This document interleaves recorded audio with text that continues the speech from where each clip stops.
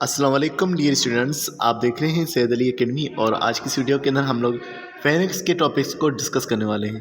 और फेनिक्स के बाद इंशाल्लाह हम लोग सॉल्विंग और पेरिस्टालिसिस और ये तमाम टॉपिक्स जो हैं ये कवर करेंगे।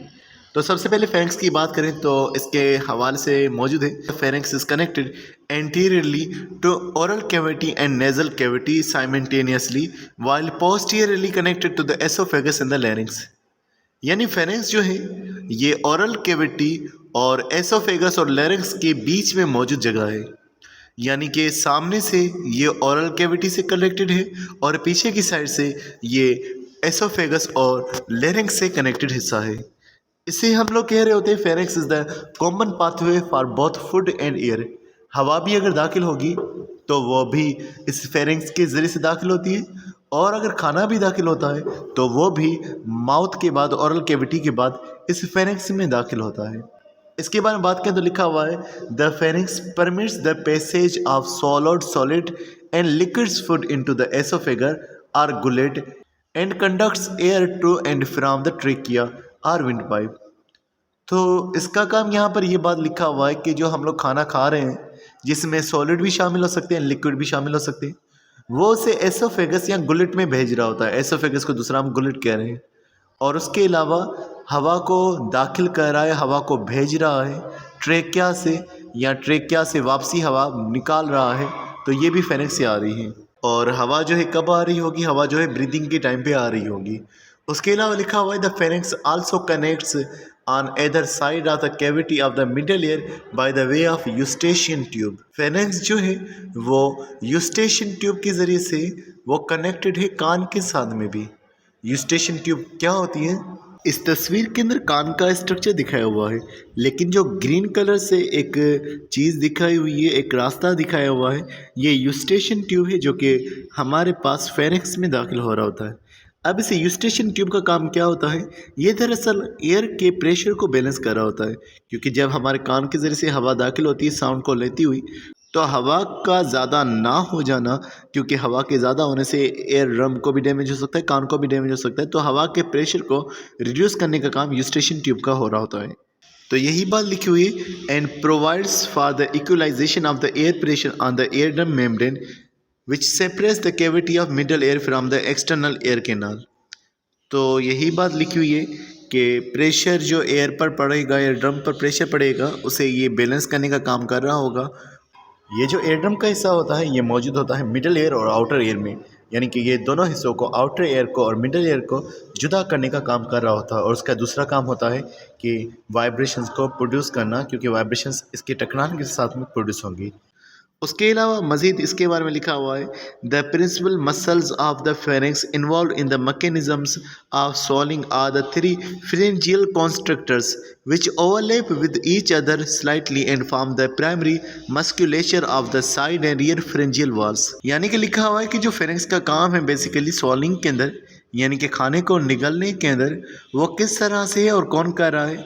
वो फेरिंक्स में मौजूद 3 मसल्स हैं जो एक दूसरे के ऊपर मौजूद होती हैं और उन्हें फ्रेंजियल कॉन्स्ट्रक्टर्स कहा जाता है।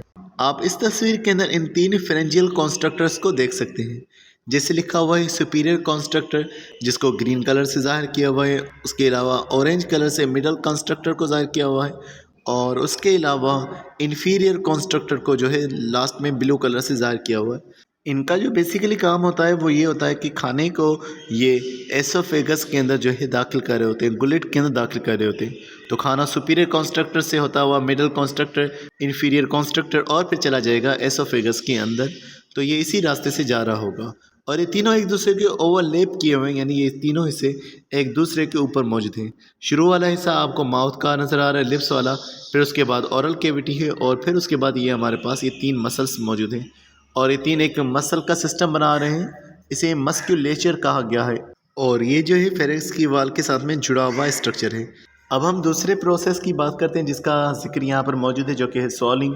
खाने का चबाना जब हो जाता है फिर उसको खाने को निकला जाता है, तो इसे सॉलिंग कहा जाता है। तो लिखा हुआ है after sufficient chewing of food and mixing up with the saliva in the oral cavity the food you ingested becomes a soft lubricated ball like structure called the bolus. जब खाने को मुकम्मल तौर पर जो है चबाया जाएगा, तोड़ा जाएगा, और वो जब सलाइवा के साथ मिक्स होकर के नरम स्ट्रक्चर बन जाएगा तो वो एक बाल की जैसी बनावट उसकी हो जाती है, जिसे बोलस कहा जाता है।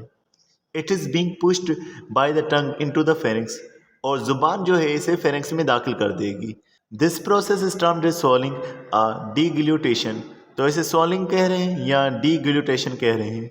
It is a voluntary process in which the mastication is ceased, air passage is temporary blocked, so bolus is pushed behind the tongue into the pharynx. इस प्रोसेस के अंदर यहाँ पर ये बात हो रही है कि मस्टिकेशन सीज हो चुकी है, यानी कि खाने को अब मज़ीद नहीं चबाया जाएगा और हवा का रास्ता भी आर्जी तौर पर बंद हो जाएगा और खाना जो है वो ज़ुबान के ज़रिए से ये फेरिंक्स में चला जाएगा।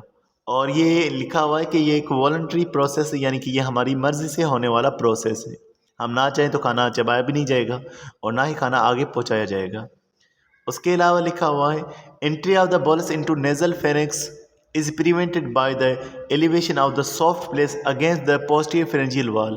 पोजीशन के हिसाब से अगर हम बात करें तो फेरिंक्स के 3 हिस्से होते हैं।